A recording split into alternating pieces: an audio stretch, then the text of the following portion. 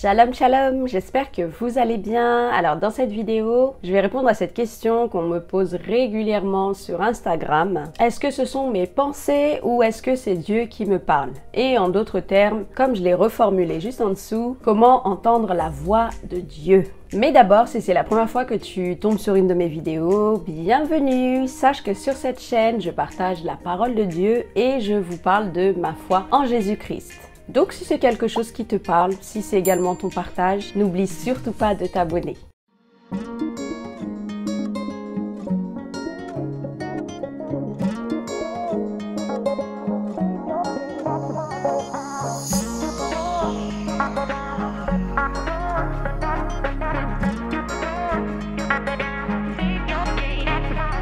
Je comprends tellement de vouloir entendre la voix de Dieu. Et si vous en êtes à ce stade déjà, rendez grâce à Dieu parce que vous n'êtes peut-être pas là où vous voulez être, mais vous n'êtes plus là où vous étiez. Vous n'êtes pas encore comme Jésus à faire parfaitement la volonté de Dieu, mais vous aspirez à le faire, à le devenir. Donc merci Seigneur, Amen.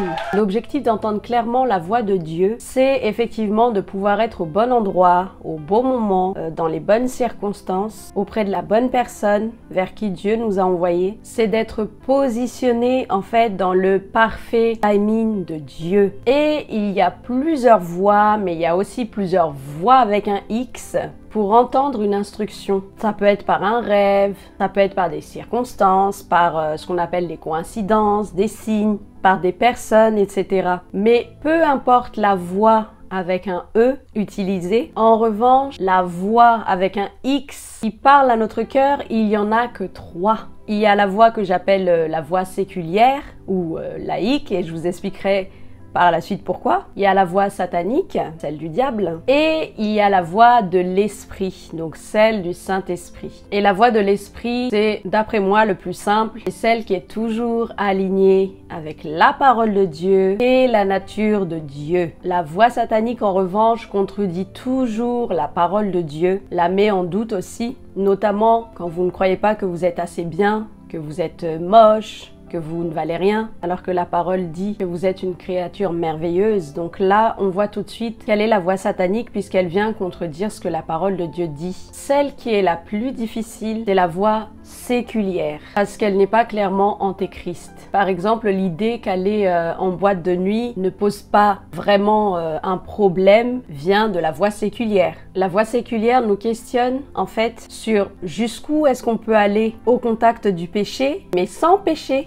C'est un peu compliqué, hein, vraiment que le Saint-Esprit vous éclaire là-dessus. Et d'ailleurs, si tu as compris mon explication et que tu expliques mieux que moi, n'hésite surtout pas à le faire en commentaire. Mais en d'autres termes, la voix satanique, tu sais clairement en fait la reconnaître. On va dire qu'il y a une ligne en fait, une ligne de limite à pas franchir. Et la voix satanique, tu la reconnais directement puisque tu sais que ce qu'elle te dit de faire est faux. Et elle te dit d'y aller vers cette ligne. Et la voix séculière sera beaucoup plus subtile et elle te dira d'approcher de cette ligne mais pas forcément de pécher. Et la voix de l'esprit, elle va carrément te dire de fuir, comme nous dit la parole de Dieu face à la tentation.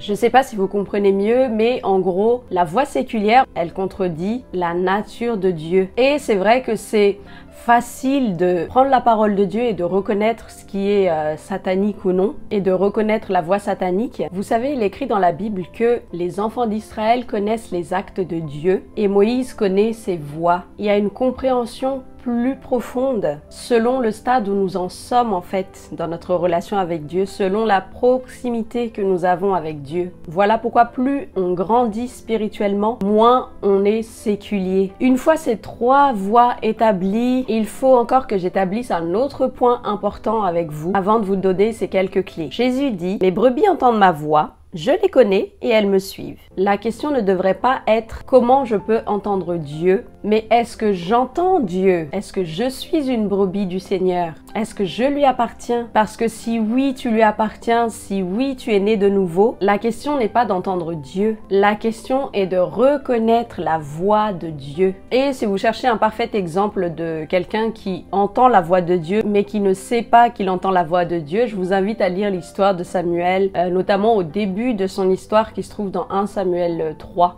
Alors passons aux clés et tout de suite la clé numéro 1, s'arrêter et faire silence. Oui, c'est en Dieu que mon âme se confie, de lui vient mon salut. Arrêtez et sachez que je suis Dieu. S'arrêter et faire silence consiste à se retirer, à retirer toute distraction. Ça consiste à faire taire l'âme, la colère, la confusion, ce chaos intérieur en fait, quand on vient dans la présence de Dieu, pour qu'on puisse rentrer dans ce calme qui précède la révélation et qu'on puisse avoir le focus sur Dieu, parce que quand on est fixé sur Jésus, regarder à Jésus en fait a pour résultat la louange, l'adoration. Et quand on regarde à l'histoire d'Élie dans 1 Roi 19, vous savez quand il était dans une grotte et que Dieu devait lui parler. Et avant qu'il entende Dieu parler, il y avait d'abord un vent fort et violent.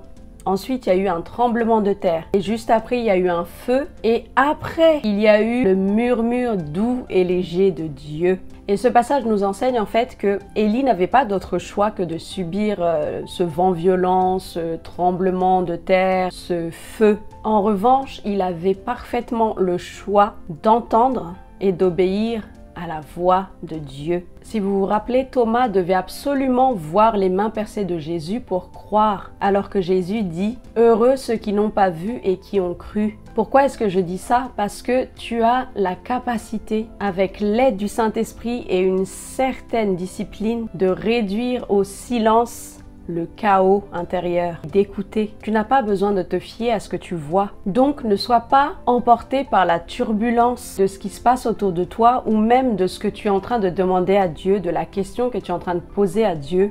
Oui, parce qu'il y a plein de chrétiens qui sont en panique de qu'est-ce que je dois faire, j'attends la direction de Dieu. Arrête et sache qu'il est Dieu. Deuxième clé, la parole de Dieu. Et là, je vais vous illustrer ça par un exemple. Quand il y a quelqu'un qui vous appelle au téléphone, premier mot de la personne, la première parole de la personne, vous reconnaissez tout de suite qui est cette personne. Donc vous n'allez pas demander c'est qui. Vous allez passer à la prochaine question, c'est comment ça va ? Ou qu'est-ce que tu veux? On dit quoi? C'est en méditant régulièrement la parole de Dieu qu'on connaît, qu'on reconnaît la voix de Dieu. Quand une voix vient et que ça sonne comme la parole de Dieu, tu sais que c'est Dieu. Mais le Consolateur, l'Esprit Saint, que le Père enverra en mon nom, vous enseignera toutes choses et vous rappellera tout ce que je vous ai dit. Quand l'Esprit parle, tu sais que c'est Dieu qui parle parce qu'il confirme, il enseigne, il rappelle ce que tu médites dans la parole de Dieu. Et plus tu entends la voix de Dieu, plus tu es familier avec sa voix. Et avec l'aide du Saint-Esprit, la Bible n'est plus un livre de biographie, mais devient une personne vivante. La parole qui a été faite chair. L'autre clé, c'est l'obéissance. L'Éternel a fermi les pas de l'homme, et il prend plaisir à sa voix. Reconnais-le dans toutes tes voies, et il aplanira tes sentiers. Dieu a fermi les pas de l'homme quand il fait un pas d'obéissance. Et quand on le reconnaît, oui c'est vrai, il arrive que Dieu donne plusieurs signes, mais de manière générale, jusqu'à ce que tu obéisses à l'instruction initiale, Dieu ne parle plus. C'est pour ça qu'on est confus et qu'on croit ne pas entendre Dieu. Dieu ne reparle plus de l'instruction qu'il avait donnée initialement, jusqu'à ce que tu y obéisses. Et Dieu me l'a clairement démontré au travers de la situation d'un frère qui ne veut pas agir sans l'instruction spécifique de Dieu. Déjà ça, c'est pas la bonne chose à faire. Je ne dis pas d'agir avec impulsivité, mais en tout cas de ne pas hésiter à avancer par peur de mal faire. Dieu ne nous appelle pas à être parfaits, mais à progresser. Dans la parabole des serviteurs et des récompenses, on voit que le serviteur qui est réprimandé, c'est celui qui n'a rien fait, par peur de son maître. Et d'ailleurs, ce frère a argumenté de ce que Moïse a dit quand il a dit « Si tu ne marches pas toi-même avec nous, ne nous fais pas partir ». Mais on voit dans le même chapitre, au tout début, que Dieu avait déjà donné une instruction. Donc c'est pas que tu n'entends pas Dieu, c'est que tu n'as pas obéi à l'instruction donnée initialement. Et dans l'exemple du frère, on peut même aller plus loin que ça, sur le fait d'avoir une forteresse qui nous fait douter de la parole de Dieu et qui nous empêche d'obéir, d'avancer. Si on compare par exemple avec le cas de Noé, qui lui avait reçu tout d'un coup les instructions pour construire l'arche parce qu'il a obéi. Oui, parce que Dieu ne va pas te dire l'étape 5 si tu n'as pas encore fait l'étape 2 et 3. Et on peut lire dans Genèse 6, « Mais Noé trouva grâce aux yeux de l'Éternel. Noé était un homme juste et intègre dans son temps. Noé marchait avec Dieu. » Et Moïse lui-même dit dans ce chapitre-là, on revient à Exode 32, « Comment sera-t-il donc certain que j'ai trouvé grâce à tes yeux, moi et ton peuple? Ne sera-ce pas quand tu marches avec nous? Et quand nous serons distingués, moi et ton peuple, de tous les peuples qui sont sur la face de la terre? » À quoi Dieu répond au verset 17, « Je ferai ce que tu me demandes, car tu as trouvé grâce à mes yeux, et je te connais par ton nom. » Peu importe les turbulences, peu importe les circonstances, les bruits qu'il y a autour de toi, ça ne change rien au fait que tu as trouvé grâce aux yeux de Dieu et que Dieu te connaît par ton nom. Et de ce fait, tu es sa brebis et par conséquent, tu entends et tu connais sa voix. Et tu la suis en plus, nous dit la parole de Dieu. Voilà, cette vidéo est maintenant terminée. Comme d'habitude, si tu as des questions, n'hésite pas à les mettre en commentaire ou à venir me parler directement sur Instagram. N'hésite pas aussi à partager cette vidéo autour de toi afin qu'elle puisse bénir d'autres personnes. Si tu as besoin d'exhortations quotidiennes, rejoins-moi sur Instagram, je suis très active. Et en attendant la prochaine vidéo, prenez bien soin de vous, soyez bénis et je vous dis à très bientôt.